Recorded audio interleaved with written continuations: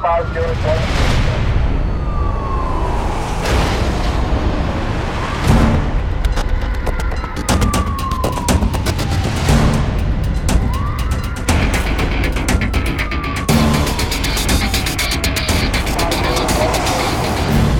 You know, as a trainer and an educator, I'm always looking for ways to bring students along when I find something interesting.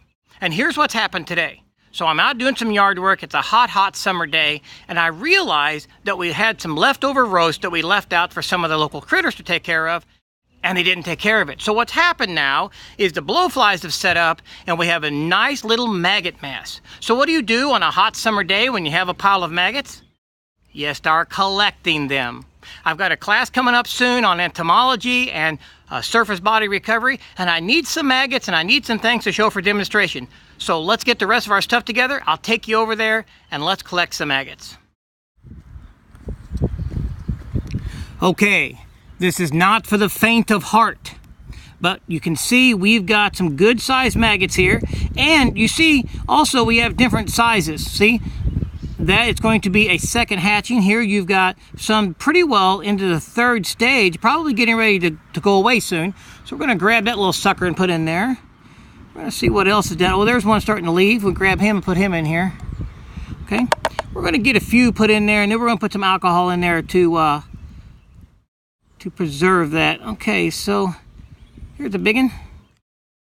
And so I'm not going to do what you would actually do in a full crime scene, because I don't really have the space and the wherewithal today to do that. But what we would do is we would collect different sizes. So like I said, you have some little tiny ones there. Those are recent hatchlings. And then you have some of these bigger ones. So you'd want to collect all of those. A good sampling. I'm just going to collect 3 or 4, but in reality we'd collect a bunch if it was a crime scene. But I want some to show in my class.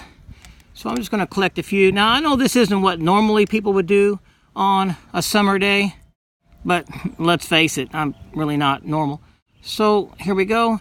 All right, so now what I'm going to do is, because I want to preserve these, I'm going to put some alcohol in here, and then I can preserve this and use that for demonstration. That's it. So anyway, again, what else do you do on a summer day when you find that you have maggots? Now, I got to kind of clean this out. Oh, wait. There's one more big one. Let me get him. All right. All right. That's it. Now let's clean up. All right. I've made it back inside. And as you can probably tell, I'm at the studio. If you've seen any of my other videos, you can tell that that's the backdrop to my office in town. And so I've came up here to get these things. See the little buggers? Aren't they cute? Come on, separate up. There you go. So I really can't leave these things stored in my truck.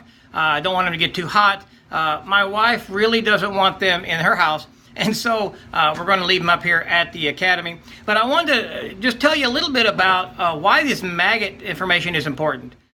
One thing that is for sure about blowflies and maggots is that given a temperature above 70 degrees, their life cycle is almost exact every single time. An entomologist can backtrack and say how many days the person has been dead based upon the entomology or the insect activity. And as I showed you there in that little example, there was some little tiny maggots, there were some middle-sized maggots, and some really big maggots. And those big maggots were probably within several hours of crawling off and going into the pupa stage. Now, in my area, it's been 80 degrees for the last several days, and so 87 actually yesterday, so that will speed up the process of how maggots grow. So the warmer it is, the faster they grow. The cooler it is, the slower they grow. And so an entomologist can decide exactly what life stages they're in. Now, had this been a real crime scene, we would have taken a whole lot more samples. We would have tried to catch some live flies in that area. A lot of the stuff we need to do to be able to send off to an entomologist if a forensic entomologist isn't going to be on the scene.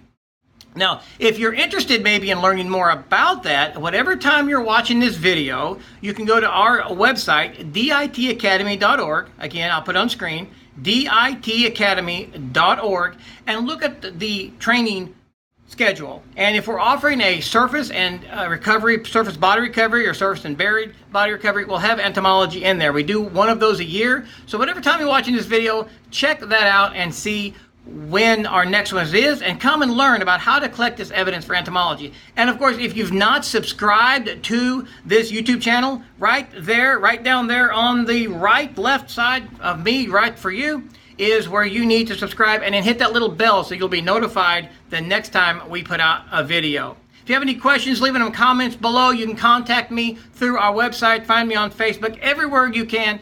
deathinvestigation.training, ditacademy.org. Same website. See you next time.